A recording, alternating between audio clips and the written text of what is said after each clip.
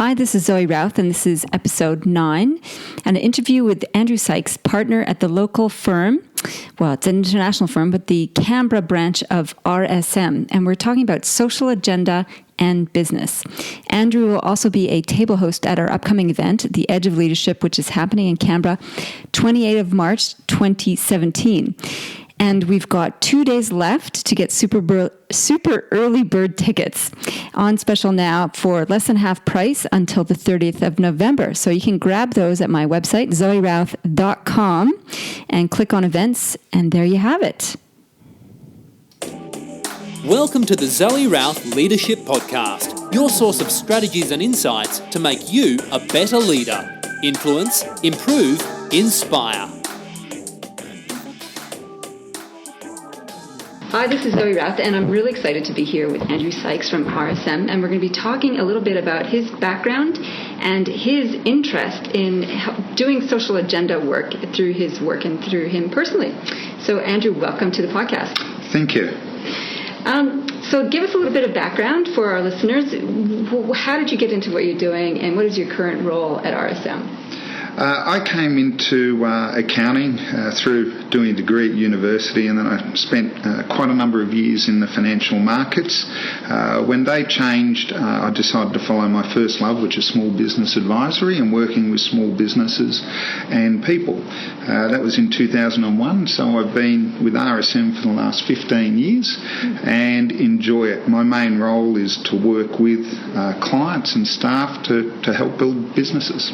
Great. And what's your current role now at RSM? I'm a partner in the Canberra practice, one of the two partners that run our business advisory division. Yeah, fantastic. I love small business too. It's one of my favorite sectors in business.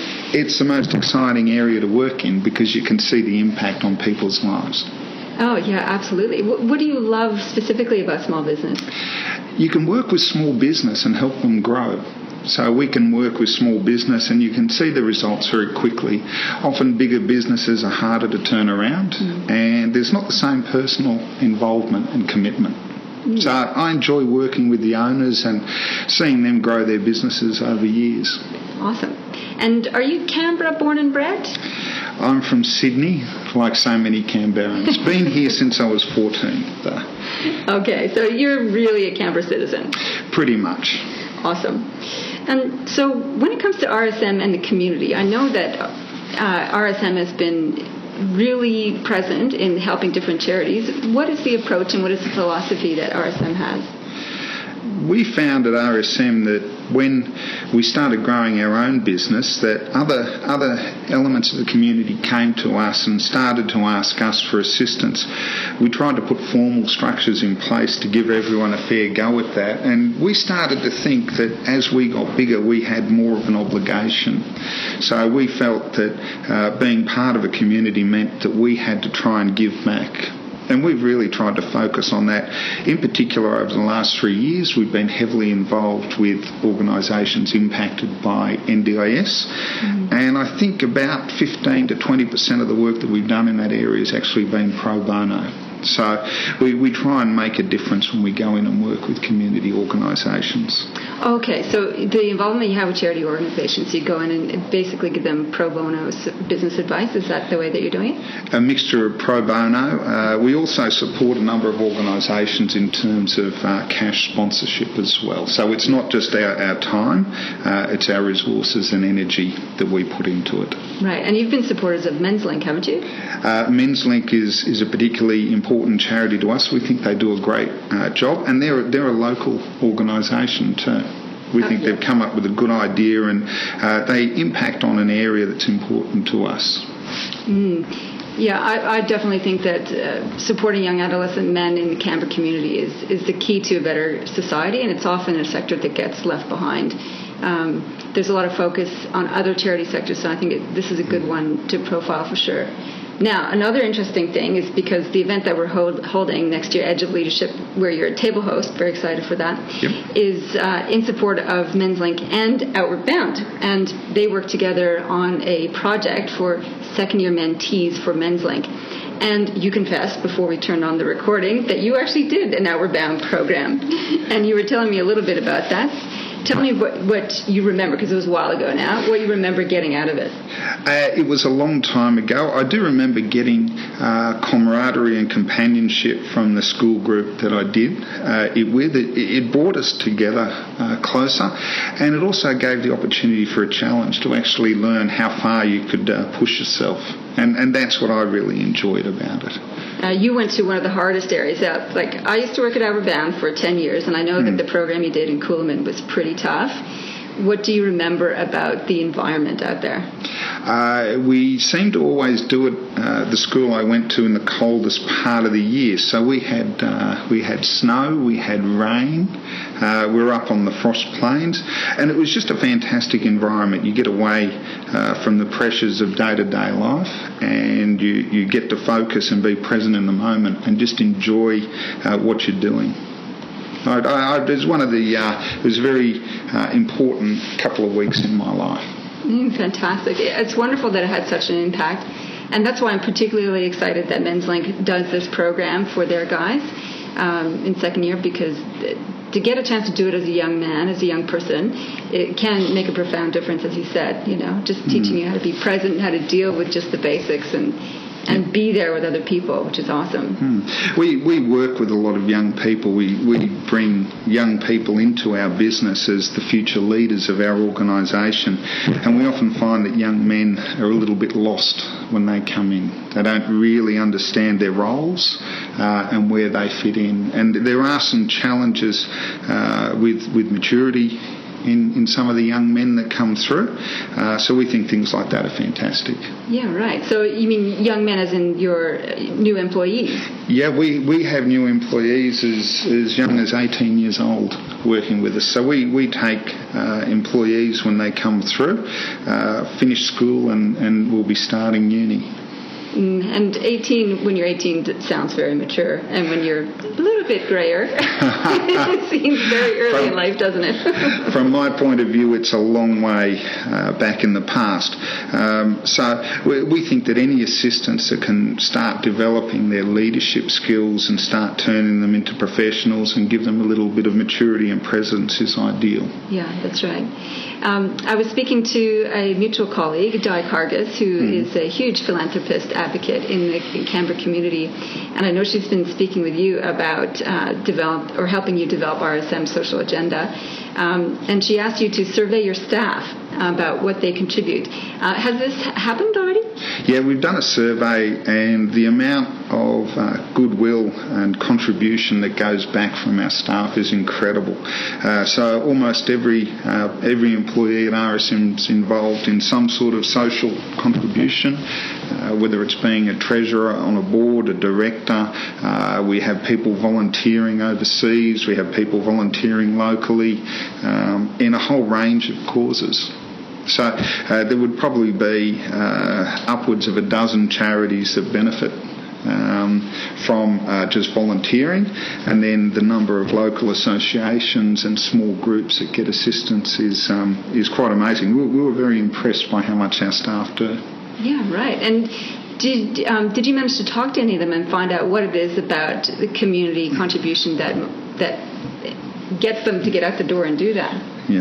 Well, while the movie The Accountant may have given an unreal sense of how glamorous it is to be an accountant, and particularly a tax accountant, we do have quite often a lot of our work is very distant from people, and it's very focused just on money. And the main reason is that given by staff is that they just want to give something back and be involved in something that's not related to just making profit. Yeah, right. So bringing some purpose and meaning into all aspects of their life. Correct. It adds more meaning to their life. Mm. And it gets to engage with those that they don't normally engage with. Mm. So is RSM looking to be more structured and focused around the charities that it support, or what's happening in the strategic aspect of that? We've done an assessment of the amount of work that has or the amount of contribution that our staff are making and us as a business is making, and it comes to a pretty significant value. It's up into the hundreds of thousands of dollars. We're now looking to restructure that where there's a process for organisations to come to us and be fairly and independently assessed. We do find one of our biggest themes for the coming 12 months is diversity, and it's diversity across all of our areas of our business. It's very easy to make a social contribution or contribute to a charity that you like and that maybe your friends are running. We think given the size of the RSM practice and our size as a part of the Canberra community, we now need to be a little more equal with it and a little fair with how we distribute it, and give all organisations a chance to benefit, rather than just the ones we like. Well, you have an opportunity to like even more, I guess, through that process. Yes, that's right. Yeah, I think that's interesting, because you're right. Like, bigger companies do have a bigger profile, therefore would be more visible to charities wanting some support and so on. So I think that's great that you're coming up with a process to help. Well, it also ties in with our view that it's not an optional part of modern business anymore. Is that there is a positive obligation for organisations to give back and to be involved in the community, and there needs to be a fair and open and transparent process for that. Well, there's one thing to think about it as obligation and duty, and what I'm hearing from you, that it's actually more than just an obligation and duty. It's actually a calling from the heart, and certainly having surveyed your staff and hearing from them that bringing that meaning, they do it outside of their work, and now to bring it and integrate it into your entire firm as a process is more than just a responsibility. It's more of a calling, I think. This is what I'm hearing from you. Yeah, obligation doesn't mean that it's onerous. So distinction point. So obligation means that it's just not something that's optional. It's something that you should, as part of your business planning, include in your business planning. Yeah. So I'm curious now, because you work a lot with small business. Is this something that you have in discussions with your small business clients about how they contribute to community? Yeah, we encourage all of our small business clients to give. Yeah, fantastic. And to be part of the community that they're involved in. And a surprising number do. So most of our clients would be doing something. That's what I've been finding in interviewing people and meeting people about this event that we're organising for next year, is the extraordinary amount of generosity in the Canberra business community for local charities and for charities more broadly. And it's really the untold story of the Canberra business community success and contribution. And I think the more that we can put light on that, the better it's going to be, one, for business, but also for the communities that and services that we support. And I think that's awesome that you include that as a significant aspect of developing small business. Yeah, and we also see it's also a significant part of providing work-life balance for staff. Staff, when they come and work for us or apply for a job, will ask us what sort of opportunities we do provide in terms of volunteering. We are about to trial a program where we'll allow our staff to have 2 days a year where they will not have it deducted from their leave, and they'll get to go and help other organisations. So we find that it's coming through in all areas of business. Yeah, that's great. And Di Carcass talks about the 3 things that business owners and leaders would have available to help: treasure, time, and talent. And it sounds like RSM is doing all 3. So treasure, donating money; time, allowing staff time; and talent, getting your talent being put forward for pro bono. So congratulations on being so robust in your community contribution. Thank you. It's part of our business, is important to it. It's also beyond business. It's part of being a good member of the community. And for you personally, what charities light you up? What causes, if you like, are you drawn to? Probably more than charities at the moment is the whole idea around diversity. I suppose it's a reaction to some of the things we see in society at the moment. But also it comes from diversity in terms of gender equality is a major challenge for all professional organisations.